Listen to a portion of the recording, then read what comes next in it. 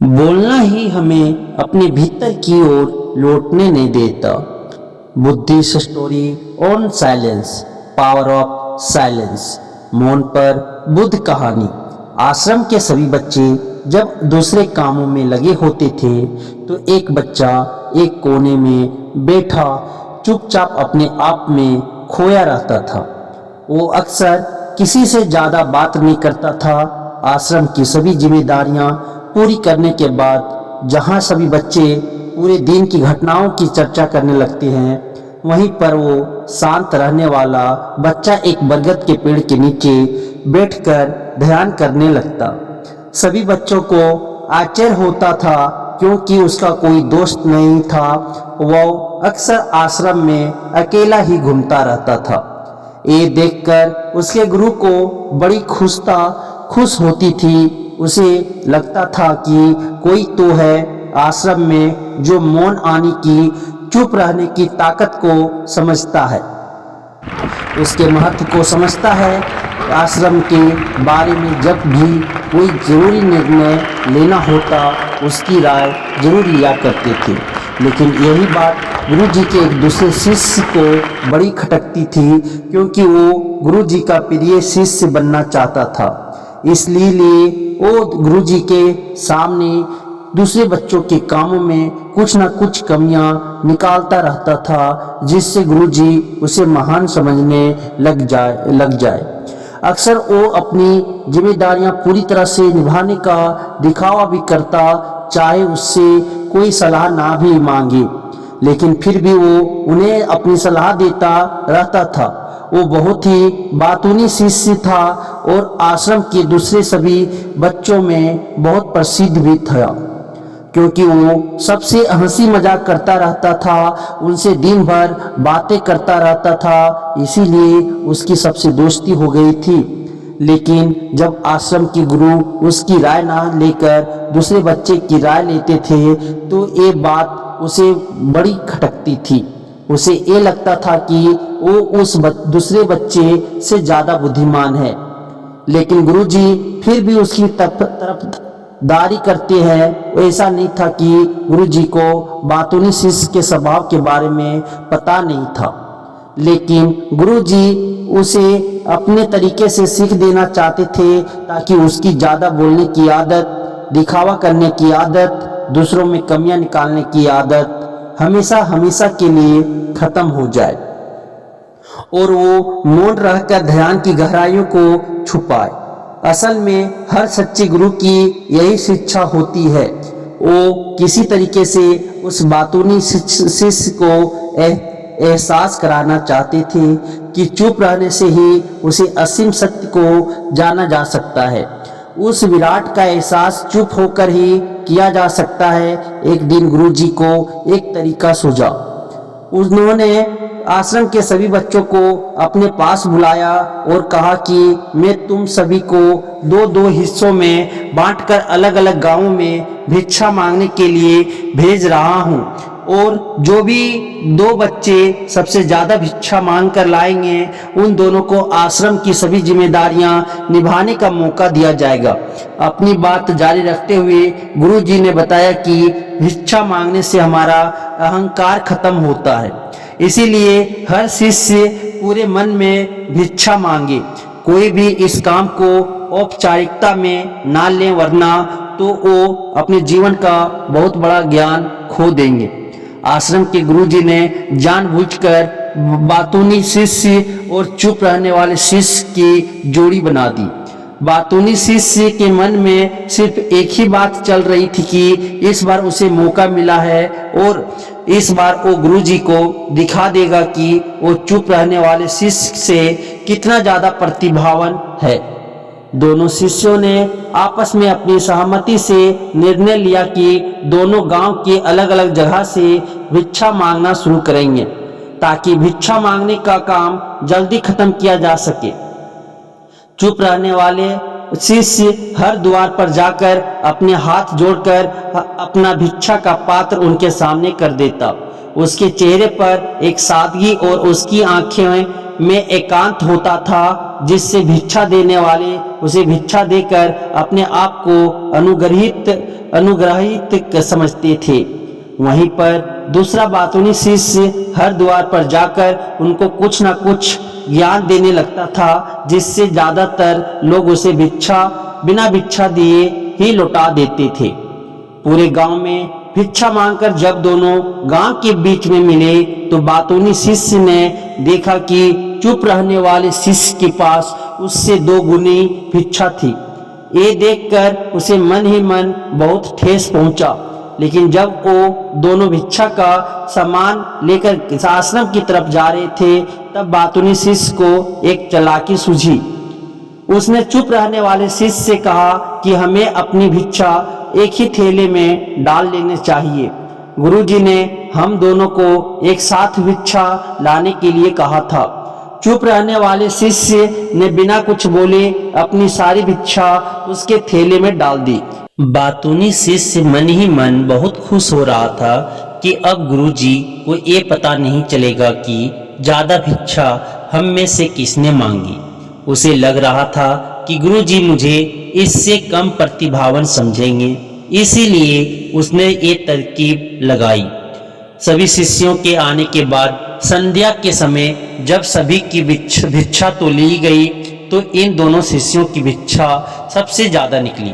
गुरुजी ने इन दोनों का अभिवादन करते हुए आश्रम के सभी बच्चों के सामने उनकी पीठ थपथपाते हुए उन्हें मुबारकबाद दी और कहा कि मैं आश्रम का कार्यभार तुम दोनों को नहीं सौंप सकता। इससे आपसी मतभेद होने का खतरा रहता है, इसीलिए तुम दोनों में से जो ज्यादा भिक्षा लेकर आया है, आश्रम की जिम्मेदारी उसे ही सौंपी जाएगी। जब उन्होंने उनसे पूछा कि तुम में से ज्यादा भिक्षा कौन मांग कर लाया था, तो बातूनी शिष्य ने कहा कि गुरुजी मैं इससे 2 गुनी भिक्षा मांग कर लाया था, लेकिन मुझसे गलती हो गई कि मैंने वो दोनों भिक्षा एक ही थैले में डाल दी। मुझे नहीं पता था कि आप ऐसा निर्णय लेने वाले हैं, वरना तो मैं भी अपनी भिक्षा का थैला अलग ही रखता। इस पर गुरुजी ने चुप रहने वाली शिष्य से पूछा कि क्या तुम इसके बात से सहमत हो? क्या तुम इससे कम भिक्षा लेकर आए थे?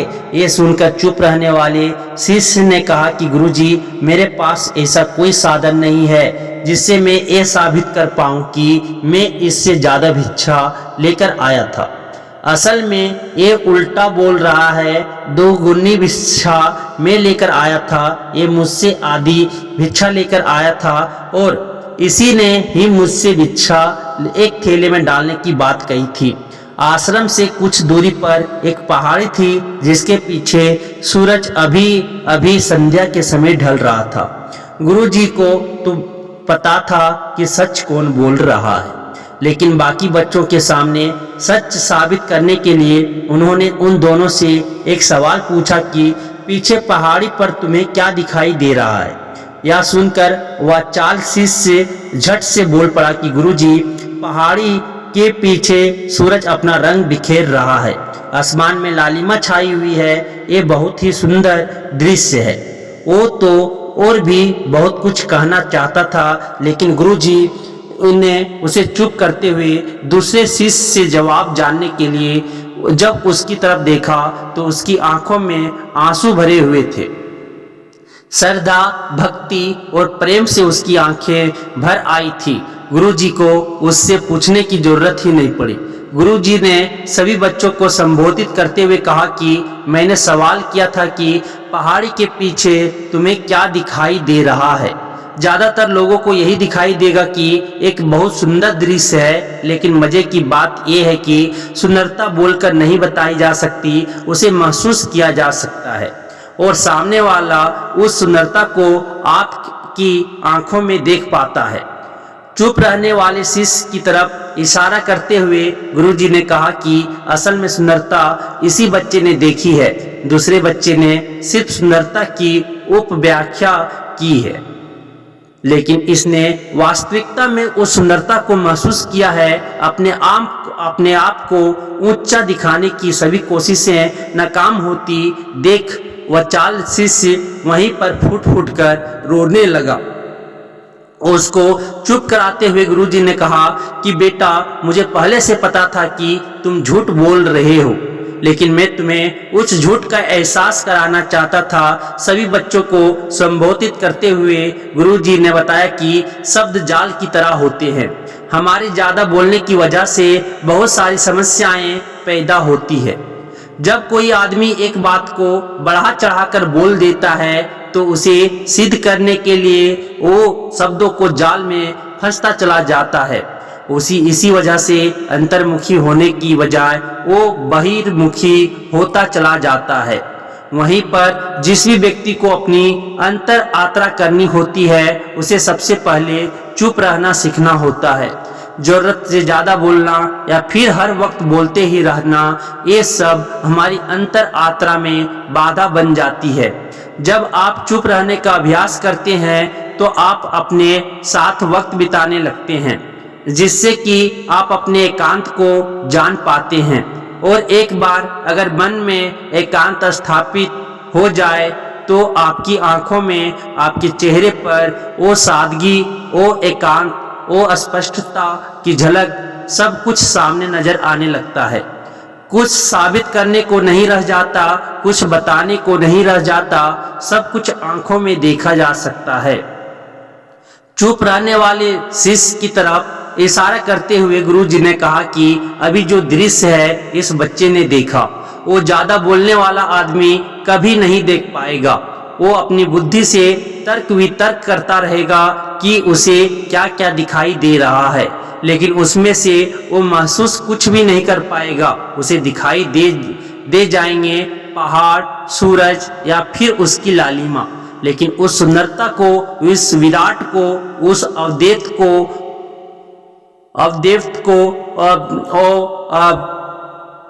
कभी नहीं देख पाएगा।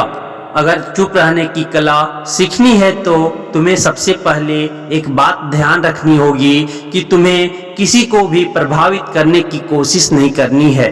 ज़्यादातर लोग इसी वजह से ज़्यादा बोलते हैं क्योंकि वो दूसरों को प्रभावित करना चाहते हैं, अपने आप को साबित करना चाहते हैं, और उस साबित करने के चक्कर में वो शब्दों के जाल में फंसते चले जाते हैं और धीरे धीरे वहीं उनकी आदत बन जाती है। अगर कोई व्यक्ति दूसरों को प्रभावित करना चाहता है तो वो कितने लोगों को प्रभावित कर पाएगा। उसकी ये भूख बढ़ती जाएगी और वहीं संसार में सभी को कभी भी प्रभावित नहीं कर पाएगा। इसलिए यह समझने की बात होती है कि बहिर्मुखी होने की बजाय हम अंतर्मुखी होकर अपने आप को समझ सकते हैं। अपनी बातों को खत्म करते हुए गुरुजी ने अपना आखिरी संदेश दिया। उन्होंने बताया कि अगर कोई व्यक्ति ज़्यादा समय तक चुप नहीं रह सकता तो उसे थोड़े समय से अभ्यास करना चाहिए। निश्चित संकल्प लेकर किसी व्रत की भांति दिन में कुछ समय या फिर हफ्ते में कुछ समय या फिर एक दिन चुप रहने का अभ्यास जरूर किया जाना चाहिए।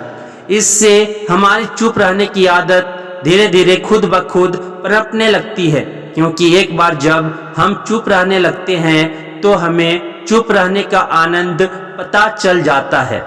उसके बाद हमें प्रयास नहीं करना पड़ता, बल्कि हमारा मन आनंद की तरफ अपने आप बढ़ता चला जाता है। चुप रहने की कला सीखने के बाद आपकी बुद्धिमानी और आपकी स्पष्टता दोनों में बहुत ज़्यादा फायदा होगा। वास्तविकता में जिसे दर्शन कहते हैं वो मौन रहकर ही किया जा सकता है। इसके बाद सभी बच्चों की से कुछ समय चुप रहने का संकल्प लेकर गुरुजी ने अपनी बात खत्म कर दी और सभी बच्चे रात्रि का भोजन करने के लिए एक साथ भोजन कक्ष में पहुंच गए। तो दोस्तों, कैसी लगी ये कहानी आपको कमेंट सेक्शन में जरूर बताना, और एक कहानी अगर आपको अच्छी लगी हो तो अपने दोस्तों एवं परिजनों के साथ अवश्य शेयर करें। धन्यवाद।